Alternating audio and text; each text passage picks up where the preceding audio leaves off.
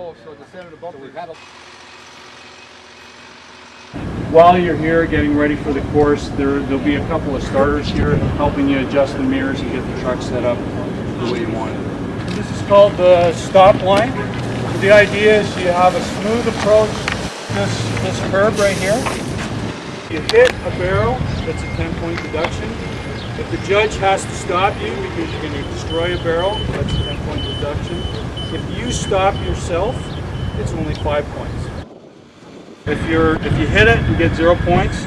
But if you're within this first mark here, it's full points 50, and then so on down further you are away.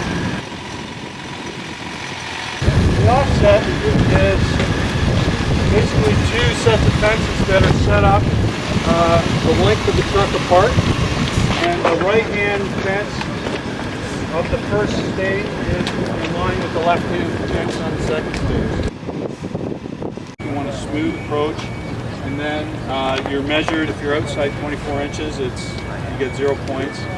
If you're inside 24 inches, the closer you are without touching it, the more points you get. If you touch it, it's 0 points.